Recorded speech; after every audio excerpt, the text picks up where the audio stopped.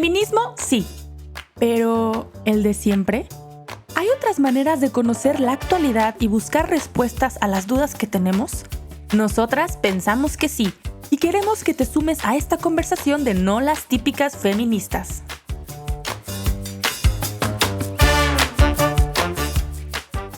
Hola, ¿cómo están? Estamos en un nuevo capítulo del podcast No las típicas feministas. El día de hoy, la verdad, con mucha inquietud y con mucha ilusión por el tema que vamos a tocar, sobre todo porque sabemos que es un tema que definitivamente es importante. Y pues primero que nada quisiera agradecerle muchísimo a nuestra invitada del día de hoy. Nirvana, ¿cómo estás? Bonita tarde. Hola, muy bien, muchas gracias. Gracias por el interés y por el espacio para hablar del tema. Estoy muy emocionada, sé que vamos a hacer algo muy bonito hoy. Muchísimas gracias. Y me acompaña del super equipo de No las típicas, Cris. ¿Cómo estás, mi Cris? Hola, pues muy bien, aquí con el corazón abierto para pues aprender, escuchar y pues también dejarnos guiar por todo lo que nos va a compartir Nirvana.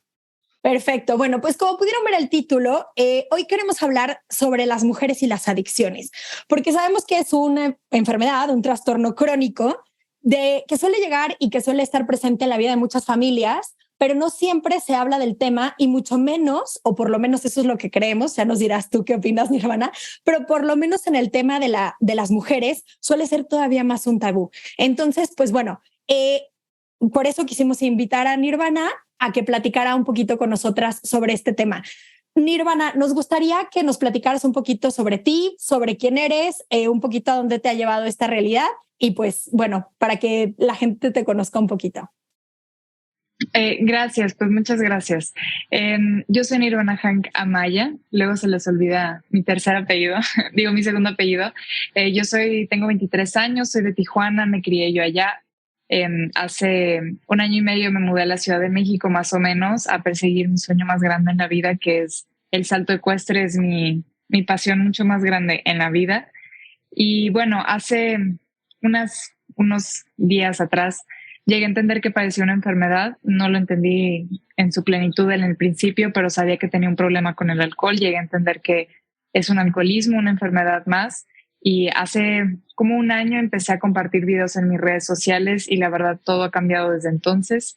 He encontrado un nuevo amor en el privilegio de servir, del privilegio de ayudarle a una persona a alguien más. Para mí es lo que me ha mantenido sobre, al menos por hoy. Me encanta esa frase de al menos por hoy, porque creo que siempre abre a entendernos como personas en camino, ¿no? Y que al final, por un lado, un error, algún camino que tomamos en la vida, pues no nos define para siempre. Pero también, por otro lado, el buscar nuestras metas, el lograrlas, el buscar una vida más plena y más feliz es una constante, ¿no? Entonces, qué padre que lo digas así, qué buena onda que lo veamos desde esa manera. Y bueno, quisiera preguntarte, a ver, cuando hablamos de adicciones, hay un chorro de definiciones diferentes que hablan justo de una enfermedad crónica que afecta a tu cuerpo, pues cómo las personas de cierta manera buscan alivio en ciertas sustancias o en ciertas conductas y pues bueno, cómo estas conductas o sustancias van generando una dependencia. Pero creo que más allá de la definición, quisiéramos preguntarte, pues, ¿cómo ha sido para ti o cómo has ido entendiendo tú lo que es una adicción en la realidad de una persona, en la realidad de tu propia vida? La adicción justamente es muy interesante, de verdad. Es una enfermedad increíblemente interesante. Uno piensa en la puntita del iceberg, en el consumo de la sustancia, ya sea una droga, el alcohol, una persona. Hoy en día estamos viendo una cantidad de adicciones nuevas, las compras en línea, las redes sociales, o sea, es una locura, las inyecciones, las operaciones cosméticas. Hay una cantidad de adicciones nuevas impresionantes, pero realmente la adicción es esa necesidad de consumir algo más para encontrar un bienestar. El ser humano de por sí ya tiene mucho vacío, pero un adicto nace con una hipersensibilidad que hace que nuestro vacío sea tan grande que buscamos llenarlo con lo primero que encontremos un poquito de bienestar y se crea una codependencia. La codependencia es cuando tú pones tu bienestar en algo más, sea una sustancia, una persona o lo que sea, y esa realmente es como que pues lo que es una adicción. Muchas gracias, Nir. Qué interesante esto como de los vacíos y todo, porque pues uno pensaría como que pues todos los seres humanos podemos experimentar en algún momento este vacío o esta necesidad, pero también cómo ver cómo las sensibilidades o las circunstancias o la propia historia pues van haciendo que pues el enganche con, como dices, sustancias u otras cosas. Y pues no sé si nos puedas compartir un poquito más cómo en tu proceso, cómo fue el irte dándote cuenta que había algún problema o el ir como diciendo, porque de la conciencia de este vacío o este dolor o esto que se busca llenar, el proceso de la adicción y todo el estar enganchado al proceso de ella decir, bueno, tengo un problema, ¿nos puedes compartir un poquito de este proceso? Pues realmente yo siempre supe que tuve un problema, siempre lo supe desde la primera vez que consumí alcohol a mis 14 años. Yo me di cuenta que yo no podía dejar de tomar y me convencía a mí misma que era porque no quería. El típico, yo lo dejo, pero si yo quiero. Y pues por hoy no quiero. Pero la realidad es que no era así. Y muy dentro de mí lo sabía, pero no me atreví a admitirlo por miedo, porque si lo admito que no puedo dejar de consumir alcohol, entonces ¿qué significa? Que soy alcohólica. Y en mi vida yo no sabía que existían las personas sobrias, no sabía ni qué era un alcohólico realmente, entonces no sabía que podía pedir la ayuda, no sabía que podía nada más ir a un grupo de AA a ver si era mi cosa o no, o sea, yo no entendía las cosas. Y digo, también por eso hoy hago lo que hago y me motiva mucho, porque me encantaría que la gente empiece a entender que la adicción le puede dar a cualquier persona y no es una enfermedad que te tenga que dar vergüenza alguna. Y perfectamente, si crees que tienes un problemita con el alcohol, con una sustancia, con una persona, 100% puedes ir a un grupo de AA y siempre vamos a tener las puertas abiertas para cualquier nuevo que llegue. Y bueno, chance y no es tu cosa y está perfecto eso también. En mi caso, te digo, como yo no sabía que podía ir a un grupo de AA, yo toda mi vida había escuchado que la gente se iba a rehabilitación, que se internaban, así que un 25 de mayo llegué a tocar fondo muy cañón, sentía tanta vergüenza y culpa por mí misma, tanto coraje con la vida y tanta tristeza y resentimiento que le marqué a mi papá, le pedí la ayuda y le dije, pues necesito que me internen. Y es entonces que me voy y cuando yo llego a rehabilitación, yo pensé que me iban a enseñar a cómo tomarme una copa o dos, ¿no?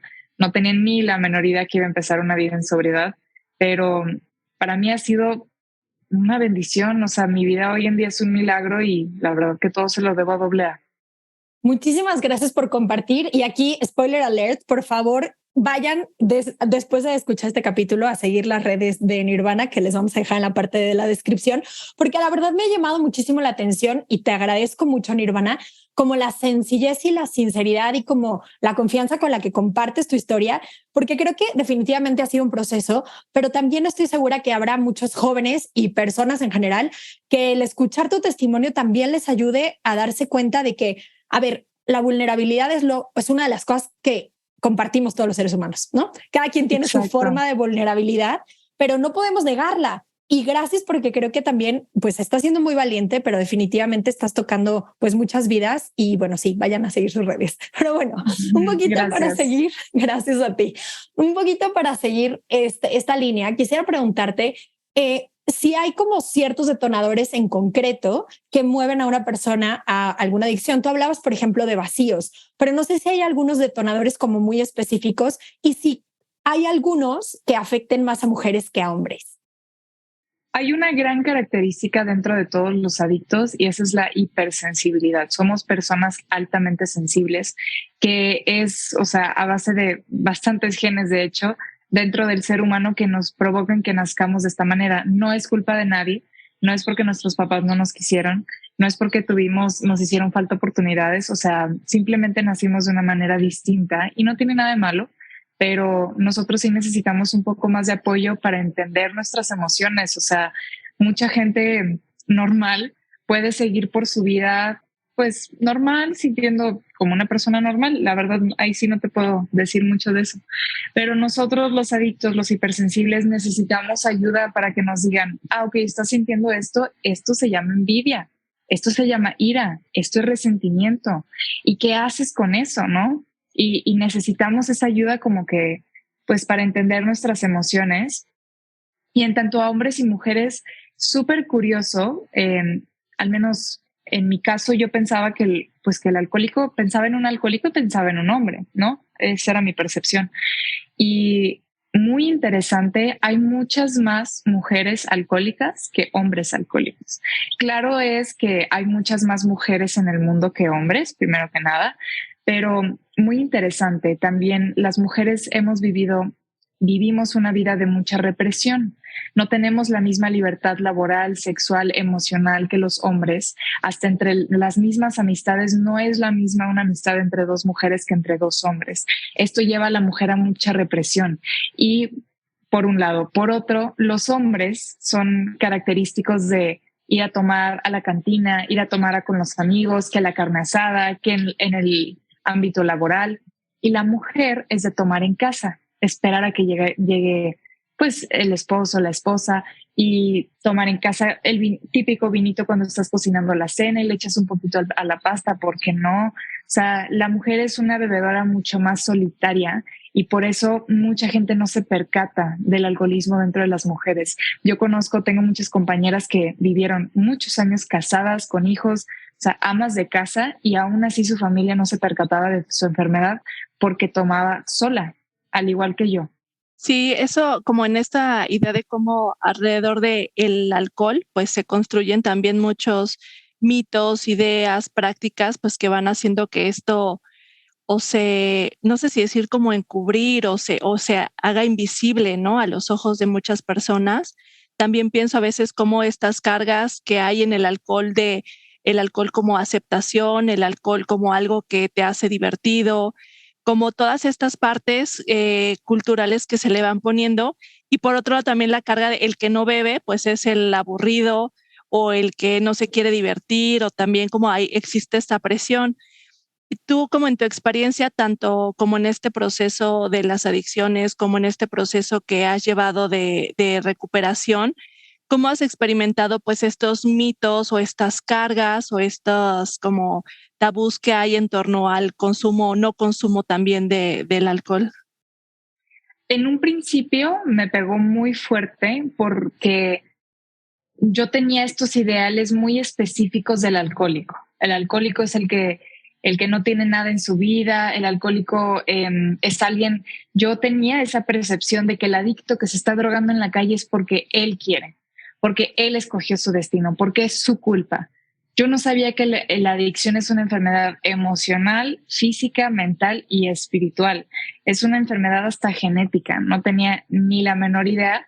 Entonces, para mí, llegar y derrotarme y aceptar que efectivamente yo también soy una alcohólica, o sea, que sí hay toda una gama de manifestaciones del alcoholismo, no solamente con la que yo me crié en mi cabeza, eso para mí fue muy fuerte.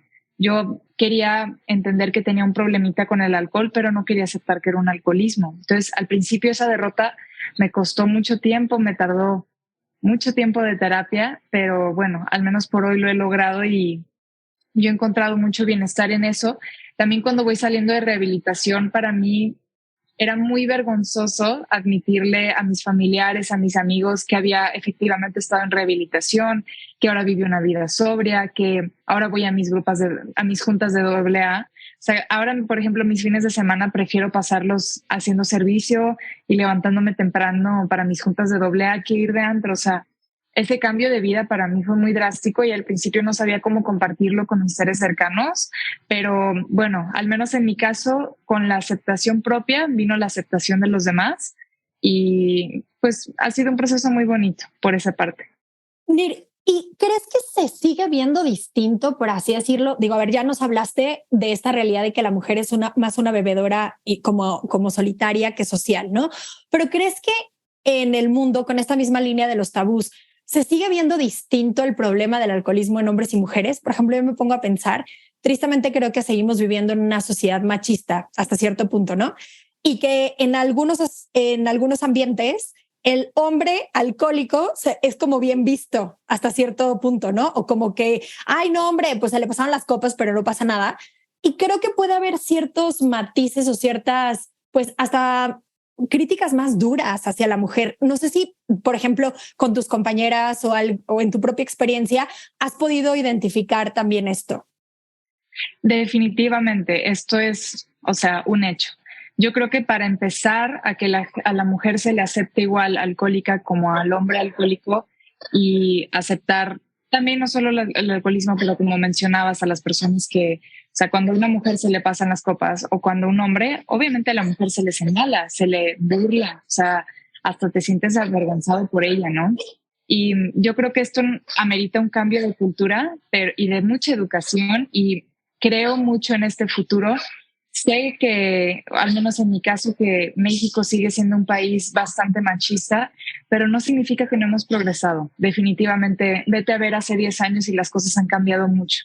Roma no se construyó en un día, y creo que el cambio de cultura que estamos buscando tampoco se va a construir en un día, pero sí estamos trabajando hacia ello, y a mí me encantaría que haya un cambio de cultura también acerca del alcoholismo, el consumo del alcohol y el consumo de las sustancias en general. No pretendo satanizar el alcohol ni las drogas nunca, pero, o sea, es parte de nuestra sociedad. Solamente creo en un cambio de conciencia. A mí me hubiera encantado saber que podía pedirle ayuda y que no iba a pasar nada.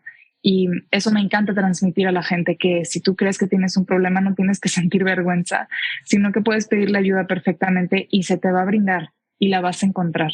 Y me encantaría hasta que mañana que tenga yo hijos y puedan salir al antro, y si no les gusta tomar, que no tomen, y que no sientan esa presión de la necesidad de tomar que yo sentía. Y hasta yo fui la persona de, pero ¿por qué no tomas? Qué aburrido. Es más, no te quiero conmigo. Yo fui esa persona, así que lo entiendo, pero sí creo en un cambio de cultura y sé que viene en estos días. Oye, Nir, y por ejemplo, como en este proceso de sensibilidad, como que decías, de cambiar la cultura, de escuchar, y bueno, abriendo, porque qué difícil está cambiar, como dices, estas ideas que traemos a veces, de incluso asumirnos o voltearnos a ver nosotros como nuestras propias adicciones y nuestras propias heridas y nuestros propios vacíos. Pero pensando, por ejemplo, en que a veces a personas que amamos o familiares, amigos, vamos viendo que tienen a lo mejor algún problema de adicción. Puede ser con el tema del consumo de alcohol o con otra cosa, pero bueno, luego en el alcohol, como dices, la convivencia social puede a veces notarse. ¿Qué es lo que se puede hacer o cómo podría abordarse? ¿Qué se le puede decir a una persona? ¿Cómo abordar esto desde una forma pues humana, muy, muy justa, tampoco sin ser invasivo del propio proceso? ¿Qué nos puedes recomendar tú de tu experiencia? ¿Qué te funcionó? ¿Qué te ayudó? ¿Cómo te acompañaron las personas correctamente? Yo me encantaría hacer mucho hincapié en que la hipersensibilidad se manifiesta de muchas maneras. La que más conocemos y la más fácil de percatarse uno es la adicción a la sustancia, a la droga, al consumir. Pero hay muchas maneras de la hipersensibilidad. Están las relaciones codependientes, el cortarse, las ansiedades, la ludopatía. O sea, hay muchas enfermedades dentro de la hipersensibilidad. Y cuando tenemos un familiar, un amigo, un ser cercano que no logra aceptar su enfermedad, siempre lo mejor que podemos empezar por hacer es amarlo y respetarlo, hacerlo saber que es aceptado, aunque esa persona no se pueda aceptar ni él mismo, saber que al menos tiene la aceptación tuya, que pueda confiar en ti para al menos hablar contigo y que tenga una manera de liberarse de su dolor. Lo ideal es esperar a que esta persona eventualmente llegue a tocar fondo y que pida la ayuda. Sin embargo, no siempre son los casos. Hoy en día vemos unas drogas tan fuertes, tan fuertes, drogas que no existían hace 20 años, que están causando unas dependencias impresionantes. Y en estos casos, las personas, hasta el mismo alcohol, la verdad, yo creo que debemos de marcar la línea cuando la persona, el paciente, empieza a poner en riesgo su propia vida y la de otras personas. Yo creo que eso es muy delicado, y ahí definitivamente creo yo que es cuando se amerita una intervención, ya sea llevarlo a una casa de medio camino, llevarlo a un proceso de rehabilitación, una clínica, un anexo, o simplemente empezar a llevarlo a juntas de AA o empezar por ir a terapia. O sea, lo que me funcionó a mí no es lo que le va a funcionar a todos. Todos somos diferentes y podemos empezar simplemente por buscar la terapia. Pero sí, creo que es un tema muy delicado, pero siempre hay que hacer las cosas con amor. Siempre. Híjole, y creo que ahí está una clave bien importante, ¿no? Porque muchas veces si nos acercamos desde el juicio, en vez de abrir un camino, está cerrando una puerta, ¿no?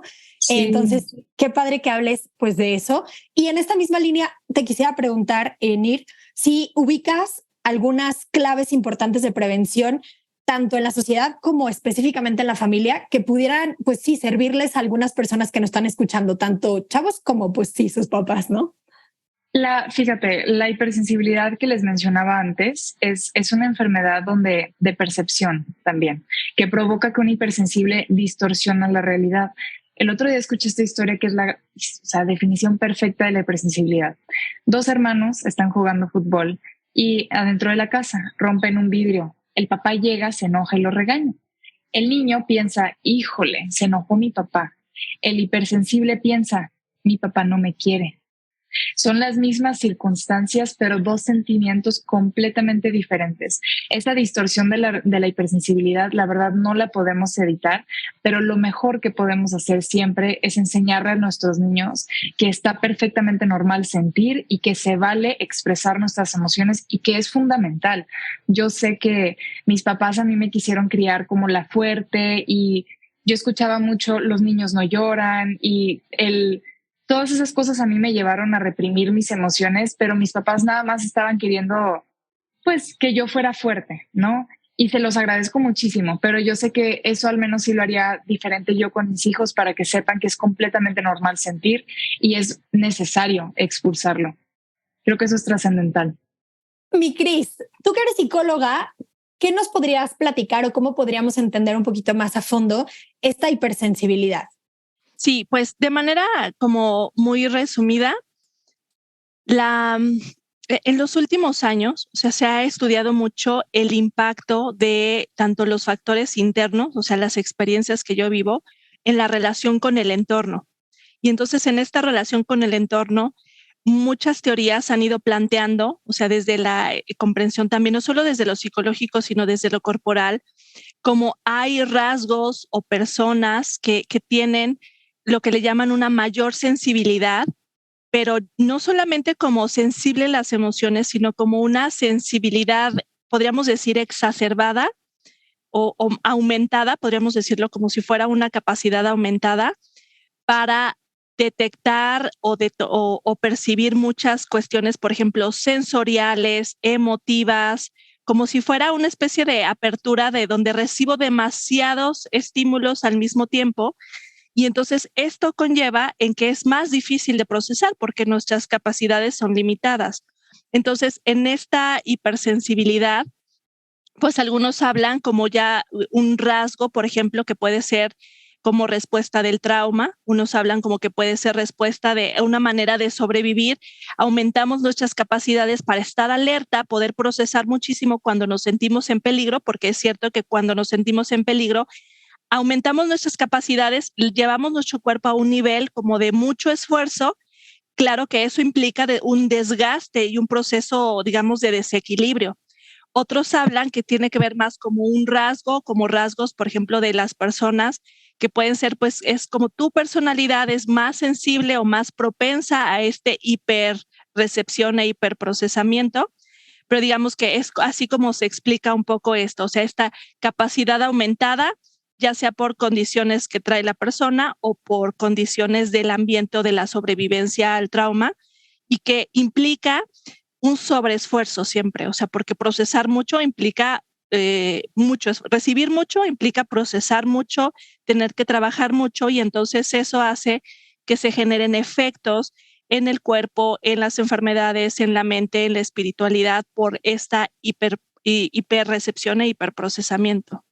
Ay, sí, definitivamente creo que, a ver, aclara mucho y ayuda mucho, si no ya invitaremos también a alguien a hablar de este tema, pero entender que es una realidad y qué importante conocer, por un lado, nuestra propia personalidad, esas posibilidades dentro de nuestra personalidad o incluso por las experiencias que hemos vivido, que nos hacen mucho más sensibles a la realidad exterior, pero también por otro lado, el poder ir integrando esas realidades en nuestra propia vida. Definitivamente la terapia es un must para todos. Aquí creo que lo tenemos claro, pero también en esa terapia que nos ayude a entendernos como proceso, ¿no? Como lo estábamos diciendo pues con Nirvana. Sí, y pues en este sentido también puntualizar esta parte que aporta el personalismo de decir, somos profundamente relacionales, y en ese profundamente relacionales es que es yo, mi interior, o sea, mi mundo interno, mi subjetividad, está en una constante comunicación con el exterior, o sea, es como una retroalimentación donde se comunican. Y es ahí donde también entra el espacio de mi libertad. O sea, yo en mi libertad no puedo elegir todo porque hay cosas que ya traigo yo como en esta corporalidad de quién soy, pero sí, como lo va planteando, por ejemplo, Juan Pablo II, de decir la diferencia entre sentir, experimentar y decidir. O sea, unas cosas son las reacciones que yo tengo, las sensaciones y lo que yo percibo. Otra cosa son las experiencias ya más integradas, donde a lo mejor no siempre puedo decidir qué siento, pero siempre tengo el espacio de la libertad si lo voy trabajando, porque la libertad no son polvitos mágicos, pero siempre tengo el espacio de la libertad de hacia dónde dirigir esta interioridad, estas capacidades, esta sensibilidad o todo esto que voy sintiendo. Y entonces es como en este equilibrio de aceptar mi humanidad y aceptar quién soy y aceptar mi historia, pero al mismo tiempo sabiendo que yo tengo el potencial de ser dueño de mí mismo si aprendo a acoger para entonces reorientar todo hacia el amor, hacia el bien. O sea, es nada de lo que sucede en mi interior me termina. No puedo elegir todo lo que me pasa y todo lo que vivo y lo que siento o las atracciones o las reacciones, pero sí puedo elegir hacia dónde dirigir esto. Definitivamente, y creo que ahí está la clave, ¿no? Entendernos como seres integrales, sí, con inteligencia y voluntad, pero también con una afectividad que tiene una influencia real en nuestra vida, con una corporeidad en donde, o sea, nos manifestamos, no tengo un cuerpo, soy mi cuerpo, lo hemos dicho 850,000 veces, con una realidad social. Los demás influyen en mi vida y yo influyo en la vida de los otros. No podemos vivir aislados de la realidad de las relaciones con los demás y entender toda esta dinámica en un proceso de vida, de toma de decisiones y esperemos que de camino hacia una vida más plena, más libre y más integral, ¿no? Eso por un lado. Por el otro lado, ojalá también demos todos pasos hacia un conocimiento mucho más amplio de esta realidad afectiva. Tristemente, no nada más los hombres, pero más caemos en esta ignorancia de las emociones, ¿no? O sea, yo hablo del analfabetismo emocional. No sabemos ponerle nombre a lo que tenemos, a lo que sentimos, a lo que pasa por nuestra sensibilidad. Y es basiquísimo. Y por último, que tú lo dijiste y también me encanta, somos capaces de decidir y de construir nuestra propia vida.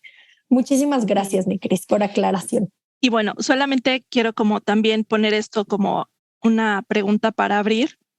O sea, yo creo que también tenemos que sanar la relación de la afectividad con la espiritualidad, porque muchas veces, o yo lo he experimentado así, no se comprende lo humano, no se comprenden las sensaciones y entonces a veces en estos mensajes de Dios, de la paz de Dios, de la felicidad y todo, castigamos o reprimimos o culpamos las sensaciones humanas, el miedo, tristeza, la desesperación, porque decimos no vienen de Dios. Y entonces a veces, o sea, como tenemos que ayudar a sanar nuestra relación, o sea, de que a veces sentir lo humano no es falta o ausencia de Dios necesariamente, sino es lo humano y ahí en eso humano que puede ser feo y difícil también se manifiesta Dios, también está trabajando Dios. O sea, por ejemplo, pienso y lo comparto particularmente como con mi psicóloga ha sido trabajar el permitirme estar enojada sin sentir culpa, ¿no? Y claro, aprender a dirigir el enojo hacia algo sano, pero el permitirme estar enojada y el decir es justo y es válido y mi enojo está aquí para protegerme y lo necesito. Entonces, bueno, es parte de también lo que tenemos que ir sanando, quitándonos la parte de ligando, integrando espiritualidad y afectividad. Definitivamente una dimensión súper importante que se me estaba olvidando y que, a ver, Dios nos hizo con una sensibilidad y nos quiere con ella, no nos quiere cortar esa parte que nos hace humanos, ¿no? Pues muchas gracias, Nirvana, con todo esto que nos vas reflexionando. La verdad es que nos abre a todo un mundo para ir reflexionando, abriendo desde no solamente las adicciones, sino este tema de comprender más lo humano, lo que está pasando en el corazón, la hipersensibilidad, cómo poder acercarnos. Si nos pudieras ayudar como en ponerlo en una o dos ideas como centrales que tú dices, esto es como lo que muy importante que se lleve en el día de hoy, con lo que podamos empezar a abrir como un camino para empezar a caminar, pero una idea central que nos quieras compartir. Creo que es fundamental empezar a atrevernos a sentir. Todos sentimos coraje, sentimos miedo, sentimos inseguridades, sentimos envidia, sentimos tristeza, rencor, resentimiento, todos sentimos y se vale y es completamente normal. A mí lo que me ha ayudado es tener un lugar seguro donde lo puedo expresar. O sea, hoy he entendido que si alguien me hace sentir mal, yo gritarle de regreso no me sirve de nada. Solamente lastimo a la otra persona y me lastimo a mí y yo por hoy ya no me gusta lastimar. Así que yo puedo poder llegar y hablar con mi madrina y decirle, ¿sabes qué? Esta persona me hizo sentir tal, me recordó tal y me enojé por tal. Hasta cambia. De pronto lo expulso y digo, ok, ya entendí por qué me enojó cuando alguien se me metió en el tráfico, por ejemplo, ¿no? Creo que es fundamental empezar a hablar nuestras emociones, empezar a sentir y hacerlo todo con amor. No por querer manipular, no por querer buscar algo a cambio, pero simplemente por amor y por una buena voluntad. Y ahí es cuando se empiezan a manifestar las cosas de verdad.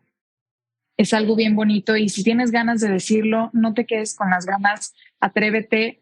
A mí, yo aprendí a las malas que el te amo son 2 palabras muy importantes. A mí decirlas me dan tanto bienestar. No pasa una llamada que yo hable con mi papá y no le diga te amo, papá. Y hoy lo agradezco todos los días. Creo que es fundamental y pues sí, cualquier cosa, si tú crees que tienes algún tema que quisieras explorar, si te quieres sentir un poco mejor, atrévete a ir a terapia. Quizá AA es lo tuyo, quizá nada más necesites ir a terapia, pero atrévete, no vas a perder nada y hasta vas a encontrar una nueva tú muy bonita. Tienes toda la razón. Muchísimas gracias, Nirvana. Bueno, pues quisiéramos pedirte nada más, antes de despedirnos, si nos pudieras compartir tus redes sociales para que quien quiera saber un poquito más de este tema y pues poder escuchar todo lo que tú compartes ahí, lo pueda accesar. Mi TikTok ahorita es Nirvana Hank, que ahí estoy subiendo todos mis videos, trato de contestar mucho los mensajes e interactúo mucho con los comentarios. En Insta estoy como nirvana.hank, es mi cuenta principal donde subo bastantes historias todos los días. Especialmente todos los lunes abro una sección del lunes de Platícale a Nir donde hablo de corazón a corazón con todos mis seguidores y trato de... pues con todos mis amigos, la verdad, trato de contestar las preguntas más frecuentes, a veces hasta ya me dicen madrina porque les estoy como que medio que guiando, no sé, yo no sé, pero los aconsejo lo mejor de mis capacidades y se pone muy bonito. Así, entonces en todas partes estoy como Nirvana Hank y pues sí, espero verlos ahí en los lunes de Platícale a Nir. Te agradecemos muchísimo de verdad tu tiempo, la entrevista y bueno, pues a todos los que nos escucharon, si les gustó este episodio y les sirvió, por favor no dejen de compartirlo. Acuérdense de seguirnos en nuestras redes sociales y nos encuentran como No Las Típicas Feministas en Instagram, Twitter, YouTube y Facebook y también no dejen de seguir las redes de Juan Diego Networks. Nirvana, muchísimas gracias de verdad, un abrazote y bueno, gracias por seguir siendo así de valiente y por compartir esto que definitivamente va a marcar muchas vidas. Muchas gracias. Muchas gracias. Muchas gracias, mujer. Sabemos que te tienes que ir, pero gracias por tu tiempo. Y bueno, ahí te encomendamos para que sigas haciendo mucho bien. Gracias. Gracias, de verdad, qué padre. Bye, gracias. bye. Gracias.